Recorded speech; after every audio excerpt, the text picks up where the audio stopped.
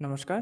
আজকে যে টপিকটা নিয়ে ডিসকাস করব সেটা যারা নিট অ্যাসপিরেন্ট বা নিটের এক্সাম এর জন্য প্রিপারেশন নিচ্ছে, মোস্ট অফ দ্য কেসে দেখা যায় তাদের ক্ষেত্রে ফিজিক্সের যে সাবজেক্টটা আছে সেটা অনেকটা তাদের কাছে টাফ লাগে।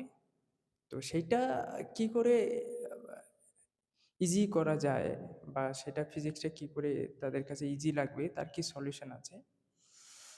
তার আগে জানতে হবে যে নিটের যে এক্সামটা হয়, নিট এক্সামে টোটাল ৭২০ নম্বরের একটা পরীক্ষা হয়। তার মধ্যে ৩৬০ নম্বর থাকবে বায়োলজিতে। বায়োলজিতে ২ টো টপিক থাকবে, একটা জিওলজি আর একটা botany.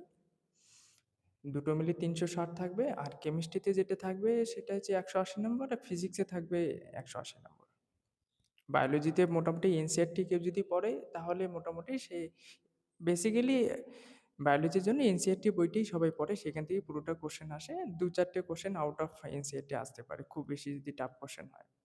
Line by line NCERT পড়লে বায়োলজির জন্য হয়ে যায়। তো বায়োলজিটা সবাই পারে, কম বেশি মেমোরাইজ করতে পারে। তো সবাই নিটের জন্য বায়োলজিতে খুব একটা প্রবলেম হয় না। কেমিস্ট্রিতে যে টপিকটা থাকে, ৩ টে পার্ট থাকে, একটা ফিজিক্যাল থাকে আর একটা ফিজিক্যাল কেমিস্ট্রি যেটা আছে সেটা কম বেশি বাচ্চারা বোঝে। ইনঅর্গানিক পার্টটা মেমোরাইজ করতে হয় একটু। আর যেটা অর্গানিক পার্টটা সেটা একটু বুঝতে হয়। যেটা টাফ বাচ্চাদের লাগে সেটা হচ্ছে ফিজিক্স।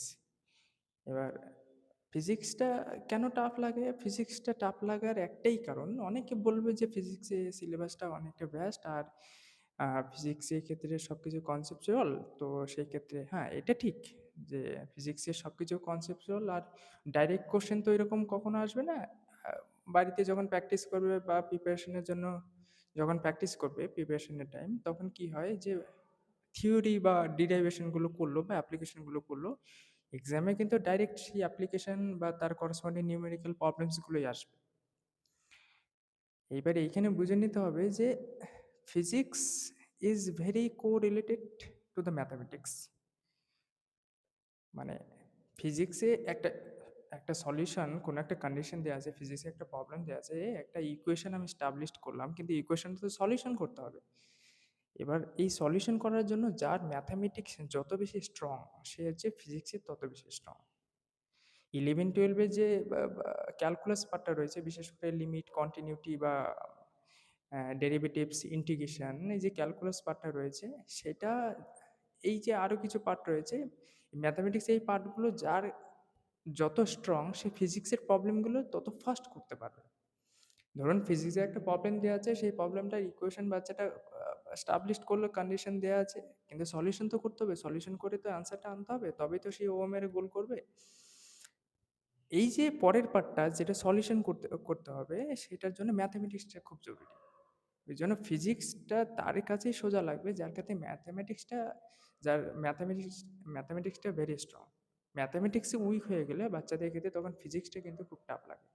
ওই জন্য যারা 9, 10, 11, 12 যারা ছোট ক্লাস 8, 9, 10 এ পড়ছে তাদের ক্ষেত্রে আমি বলে রাখবো যে তারা এখন যে যে ম্যাথামেটিক্সগুলো করছে, লাইক সামেশন বা সাবট্রাকশন বা সিম্পলিফিকেশন বা দশমিকের অঙ্কগুলো যেগুলো করছে, সেগুলো যদি খুব ভালো করে এবং ভেরি ফাস্ট করতে পারে, এটা কিন্তু তাদের ক্ষেত্রে 11-12 এর পরে নিট প্রিপারেশন যখন নেবে বিশেষ করে, তখন এইটা তাদেরকে হেল্প করবে। কারণ নিটের পরীক্ষাটা না ১৮০ মিনিটের পরীক্ষা হয়। তো এই ৩ টে সাবজেক্টে থাকে, আমি যদি ১ ঘন্টা করেও ধরি, ফিজিক্সে ১ ঘন্টায় ৪৫ টা কোয়েশ্চেন করতে হবে। এবারে ১ ঘন্টায় ৪৫ টা কোয়েশ্চেন ফিজিক্সে, মানে একেকটা অলমোস্ট অ্যা আ এক ১ মিনিটে একটা কোয়েশ্চেন করতে হচ্ছে।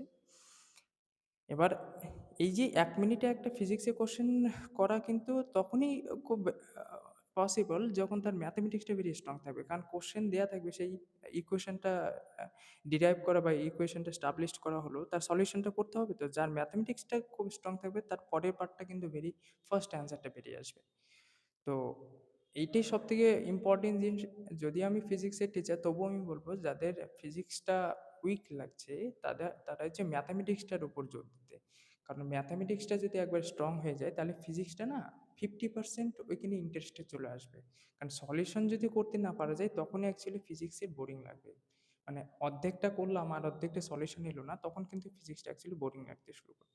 ওই জন্য ফিজিক্সটা ভালো লাগতে গেলে ম্যাথমেটিক্সের উপর খুব জোর দিতে হবে। আর 9-10 বা ছোট বাচ্চাদের বলবো তারা যে পার্টটা করছে, মানে যে সিম্পলিফিকেশনগুলো করছে ওগুলো যত ফাস্ট করতে পারবে তাদের ক্ষেত্রে এটা 11-12 করা এটা প্রচণ্ড হেল্প করবে। তো ম্যাথামেটিক্সটার উপর জোর দেওয়াটা খুব ইম্পর্টেন্ট ফিজিক্সটা বুঝতে গেলে। তো এটাই। আমাকে শোনার জন্য অনেক অনেক ধন্যবাদ। Thank you.